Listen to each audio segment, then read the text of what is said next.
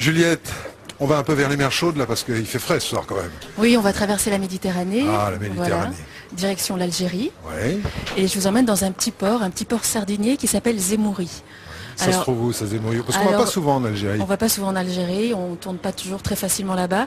C'est à 80 km à l'est d'Alger, Zemouri. Et donc là-bas, comme dans tous les ports en Algérie, on est pêcheur de père en fils. Prendre la mer, c'est une histoire d'homme. Mais vous allez voir qu'à Zemouri, il y a une exception qui décline la pêche au féminin.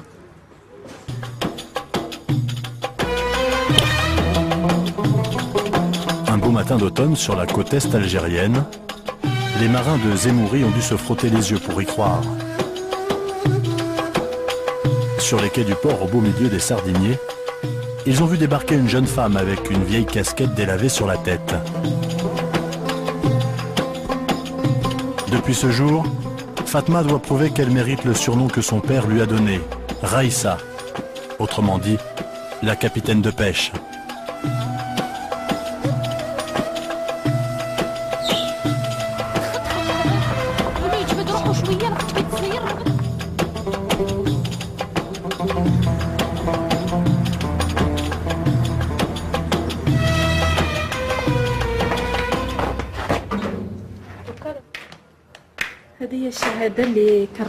Regardez, ça c'est le diplôme que m'a remis le président Bouteflika.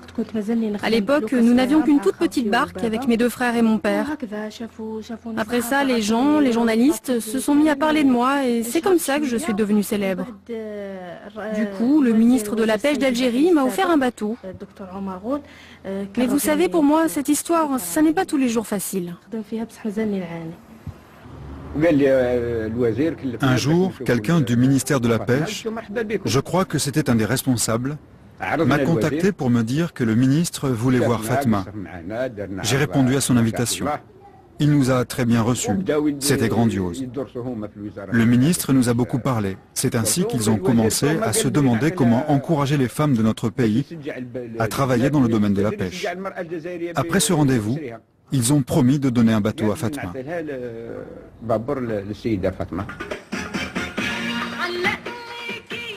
Un bateau pour Fatma.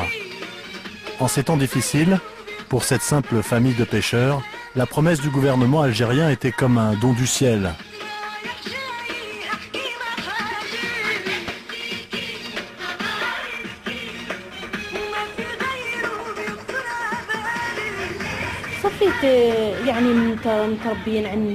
Dans ma famille, on m'a appris à être fière.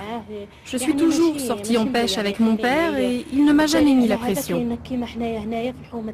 Dans mon quartier, il n'y a pas de femmes qui vont en mer. Je suis la seule à faire ce métier. Quand je parle de ce que je fais, les gens n'en croient pas leurs oreilles. Pour la femme, la mer est un métier très dur. Impossible. La mer est pleine de secrets. Elle est à la fois le bien et le mal. Parfois, elle t'offre des richesses et parfois, elle te reprend tout.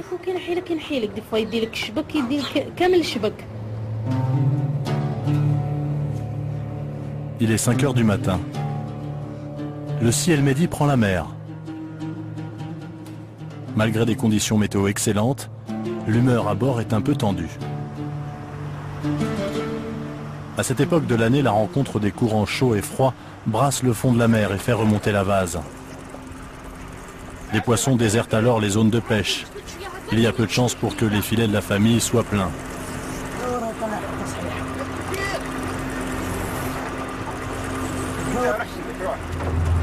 Quand je vois les filets vides remonter comme ça, sans poisson, je pense à l'énergie déployée. On se réveille très tôt, on brûle du mazout pour pas grand-chose. On dépense notre argent, on fait des sacrifices. Et la mer ne nous rend rien en échange. On ressent une sorte d'amertume. On est fâché, déçu. Ce n'est pas comme quand on fait une bonne pêche. Là, on ne ressent pas la fatigue.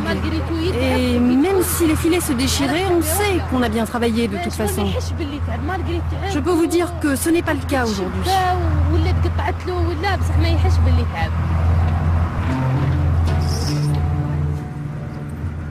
La jeune Fatma pêche avec son père depuis bien longtemps. Aujourd'hui, à 21 ans, elle sait que l'expérience, La chance et surtout la ténacité sont autant de qualités qui font un bon marin. Ce bateau de 10 mètres et son équipage familial sont bien sûr un atout pour elle dans cet univers difficile de la pêche. Cependant, pour Fatma, il y a encore des moments de découragement et de colère, des sentiments qui entament parfois sa volonté de devenir un jour un vrai capitaine de pêche.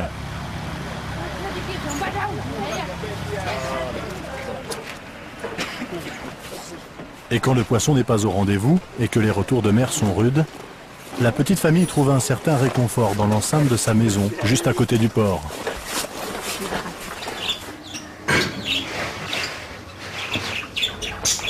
On s'est reposé un petit peu. Maintenant, c'est le moment de la grillade. La grillade, ça se mange debout, ou bien sur les casiers de sardines, pas sur les chaises. Dans le port sardinier de Zemouri, la tradition veut que les pêcheurs se rassemblent pour goûter le fruit de leur virée en mer. La présence d'une jeune femme comme Fatma n'étant pas souhaitée par les marins, la famille de la Raïssa déjeune donc à part pour ne pas choquer une communauté encore bien ancrée dans les traditions ancestrales. En Algérie et plus encore dans le domaine de la pêche, la plupart des hommes considèrent que la place de la femme est à la maison, qu'elle doit veiller à l'éducation des enfants et organiser les tâches domestiques. Pas question donc pour une jeune fille comme Fatma d'imaginer un jour faire partie d'une profession jusqu'ici réservée aux hommes. D'ailleurs, il suffit de se promener sur les quais et d'écouter les marins. Que pensez-vous d'une femme qui sort en mer? Cette histoire de pêche, ça ne regarde qu'elle. Moi, je vous dis, ça me laisse assez indifférent. Elle est là pour travailler, et c'est tout. Tout le monde travaille maintenant. Que voulez-vous que je vous dise? Aujourd'hui, dans tous les métiers, on trouve les hommes et les femmes. Dans tous les métiers. Le travail est quelque chose de noble. On n'a pas à se moquer d'elle. Si vous aviez une fille, vous la laisseriez partir en mer? Non, personnellement, je ne pourrais pas laisser ma fille travailler. Ma mentalité ne me le permet pas. Mais peut-être que pour le père de Fatma, c'est différent. Là, chacun ses idées sur la question.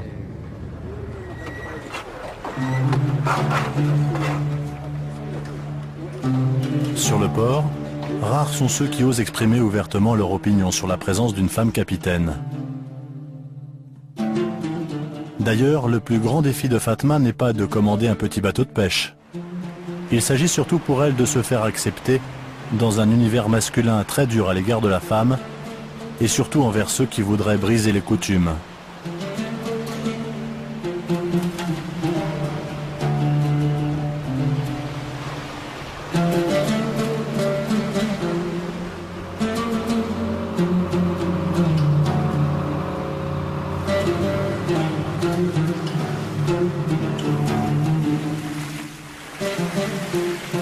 Ce matin, sur les quais de Zemouri, pas une femme à l'horizon. Le rituel qui se déroule est une affaire strictement réservée aux pêcheurs de sardines, qui, après des mois d'attente, retrouvent enfin un sourire.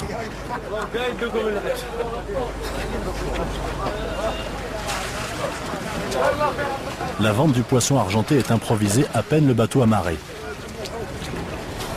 Dans une bousculade bruyante, un homme est pris à partie.